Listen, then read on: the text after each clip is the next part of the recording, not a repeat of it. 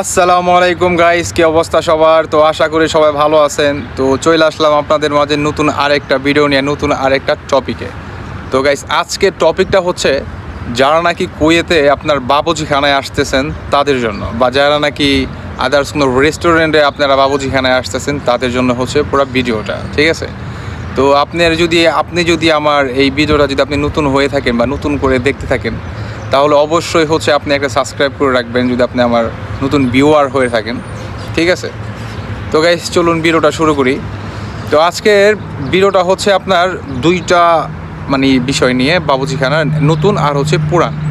Salary কত হয়ে থাকে, ডিউটি কত ঘন্টা, বা এটার ফ্যাসিলিটি কীরকম, এটা কি বিষয়, তো সেটা নিয়ে বলবো।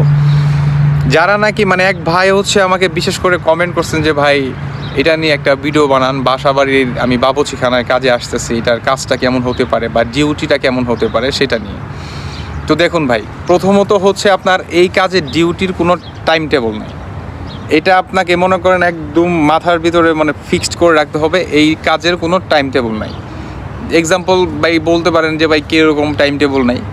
তো আমি বলবো যে ভাই, আপনি ধরেন এক্সাম্পল মনে করেন রাতে রান্না বান্না কইরা, ঠিক আছে, আপনি মনে করেন ঘুমাই সারছেন, রাত বাজে ধরেন 1টা, ঠিক আছে, 1টা কিংবা ধরেন 12টা, ইভেন কি 2টাও হতে পারে, 3টাও হতে পারে, ঠিক আছে। ওরা কিন্তু আপনার ফজরের নামাজ পড়ে দেন তারপর ঘুম আসে, যদি অফিস বন্ধ থাকে তাহলে। তো ধরেন আপনি সারাদিন কাজ টাজ করছেন, রান্না বান্না করছেন, এখন আপনি ঘুমাই সারছেন ভাই, ঠিক আছে। তো ঘুমাই সারছেন, তো আপনাকে এক্সাম্পল রাত 12টা বাজে বা 1টা বাজে হচ্ছে আপনাকে নক করলো যে আব্দুল রহমান বা আব্দুল করিম উঠো, ঠিক আছে, আমার জন্য এই জিনিসটা রান্না করে নিয়ে আসো বা রান্না করো, ঠিক আছে।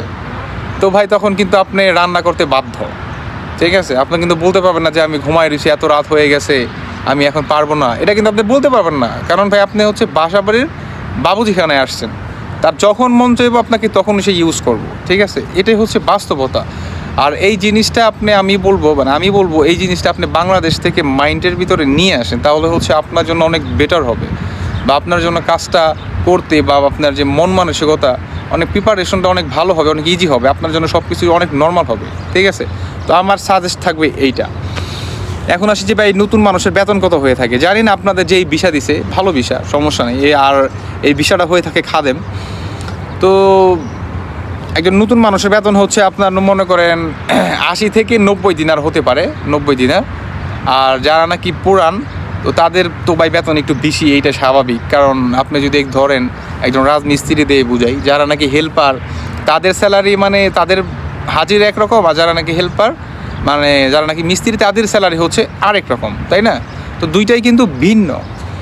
তো এইটার ক্ষেত্রেও সেম। আপনি যদি মনে করেন দেখা গেছে ওদের অনেক তাড়াতাড়ি যদি আপনি তাদের ভাষাটা যদি আপনি বুঝতে পারেন, আরবি ভাষাটা যদি আপনি অনেক তাড়াতাড়ি বুঝতে পারেন, বা তাদের সাথে যদি অনেক ভালোভাবে আপনি ফ্রেন্ডলি হতে পারেন, যত তাড়াতাড়ি মিশতে পারবেন তত তাড়াতাড়ি হচ্ছে আপনার জন্য ভালো।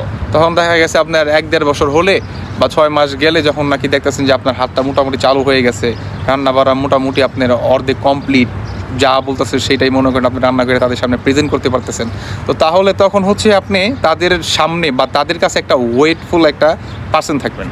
তো সেই ক্ষেত্রে কি হয়, আপনি যদি তাদেরকে বলেন যে বাবা আমার হচ্ছে না, আমার বেতনটা বাড়াই দিই, তখন তারা মনে করেন বাড়াই দিতেও পারে, এবং আপনাকে কিছু একটা বলবে যে এখন না, 1 মাস পরে না, 2 মাস পরে বাড়াই দিব, বা 3 মাস পরে বাড়াই দিব, ইভেন আছে তারপরে মাস থেকে আপনাকে বাড়াইও দিতে পারে যখন আপনার স্যালারিটা তারা হাতে দিব, ঠিক আছে। তো গাইস, মনে করেন এই হচ্ছে বিষয়টা। আর এটা হচ্ছে আমি তো বললাম এটা হচ্ছে খাদেম ভিসা। আর যারা নাকি রেস্টুরেন্টে মনে করেন আসেন, তাদের হচ্ছে ভাই আলাদা, কারণ 8 ঘন্টা 10 ঘন্টা ডিউটি হয়ে থাকে। বা এক্সাম্পল 8 ঘন্টা ডিউটির পরে যদি আপনি মনে করেন এই 10 ঘন্টা করবেন, তাহলে 2 ঘন্টা হচ্ছে আপনার ওভার টাইম থাকবে। তো এই হচ্ছে আপনার রেস্টুরেন্টের ক্ষেত্রে, বা এটাকে বলে আপনার মাতামের ক্ষেত্রে। আর এখন বলি যে রান্নাবান্না কী হয়ে থাকে, এইখানে হয়ে থাকে আরবিয়ান খানা রান্নাবান্না, বুঝছেন। এখানে কোনো ঝাল ঢাল, আমরা যেমন বাঙালিরা ঝাল ছাড়া কিছু বুঝি না, ওই মশলাপাতি মাইরা টাইরা, ঠিক আছে, ম্যাগি মশলা মাইরা টাইরা, তো এই ধরনের এইগুলা কিছু নাই। এখানে হচ্ছে আপনার আরবি খানা, এখানে ওরা অত মশলা খায় না, আপনার অত ঝাল খায় না, ওরা ঝাল খায় না বলতেই চলে। আমরা যে বাঙালিরা ঝাল না হলে তো আমাদের হয় না, আর ওরা ঝাল খায় না। তো গাইস, ভিডিওটা ছিল আপনার এই পর্যন্তই। যদি আমার নতুন কোনো ভিউয়ার্স বা আপনাদের যদি কোনো অন্য কিছু যদি জানার ইচ্ছে থাকে, বা আপনাদের কুয়েত সম্পর্কে যদি অন্য আদার্স কিছু জানার ইচ্ছে থাকে, তাহলে আমাকে কমেন্ট করে জানাতে পারেন, আমি অবশ্যই সেটা রিপ্লাই দেওয়ার চেষ্টা করবো ইনশাআল্লাহ।